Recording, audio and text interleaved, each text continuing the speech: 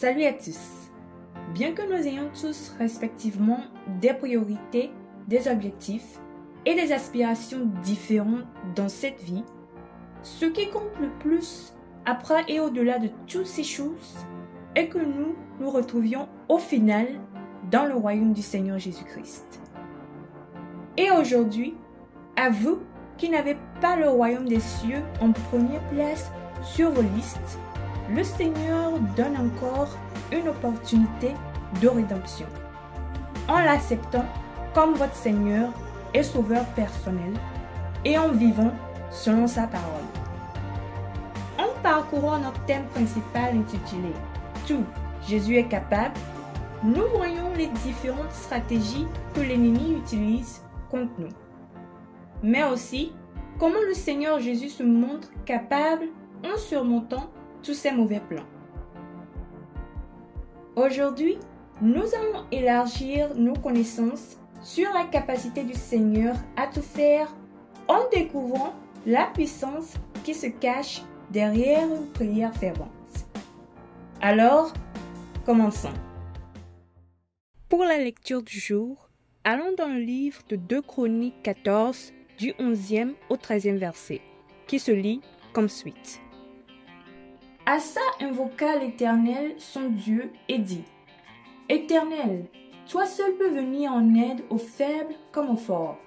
Viens à notre aide, Éternel notre Dieu, car c'est sur toi que nous nous appuyons et nous sommes venus en ton nom contre cette multitude. Éternel, tu es notre Dieu, que ce ne soit pas l'homme qui l'emporte sur toi. L'Éternel frappa les Éthiopiens devant Asa et devant Juda, et les Éthiopiens prirent la fuite. Asa et le peuple qui était avec lui les poursuivirent jusqu'à Guérar, et les Éthiopiens tombaient sans pouvoir sauver leur vie, car ils furent détruits par l'Éternel et par son armée. Asa et son peuple firent un très grand butin. Amen. Pour le contexte, le roi Asa de Juda, à un moment donné de son règne, fut soudainement confronté à un combat mené contre lui par Zérach l'Éthiopien, avec une armée d'1 million d'hommes et de 300 chars. Et dans le verset 11, nous pouvons voir Asa formuler une prière en commençant par dire « Éternel, toi seul peux venir en aide aux faibles comme aux forts », montrant ainsi que dans un combat impliquant deux différentes catégories de personnes, seul Dieu peut délivrer. Il continue en disant « Viens à notre aide, Éternel notre Dieu, car c'est sur toi que nous nous appuyons et nous sommes venus en ton nom contre cette multitude. Éternel, tu es notre Dieu. » Ici, nous pouvons attendre Asa répéter à Dieu qu'il est leur Dieu. Maintenant, juste après avoir appelé à l'Éternel qu'il est le Dieu en qui il met sa confiance, Asa a suivi en disant ceci : que ce ne soit pas l'homme qui l'emporte sur toi.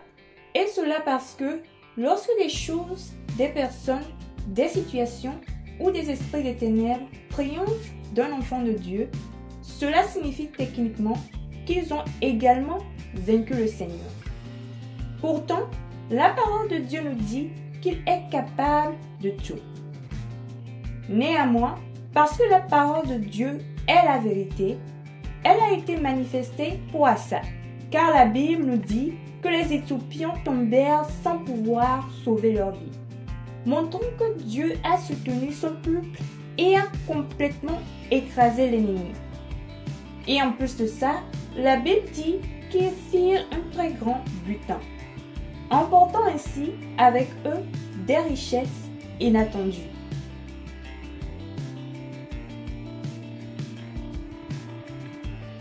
Bien-aimés en Christ, lorsque vous vous retrouvez soudainement en difficulté, qu'avez-vous tendance à faire et à dire ?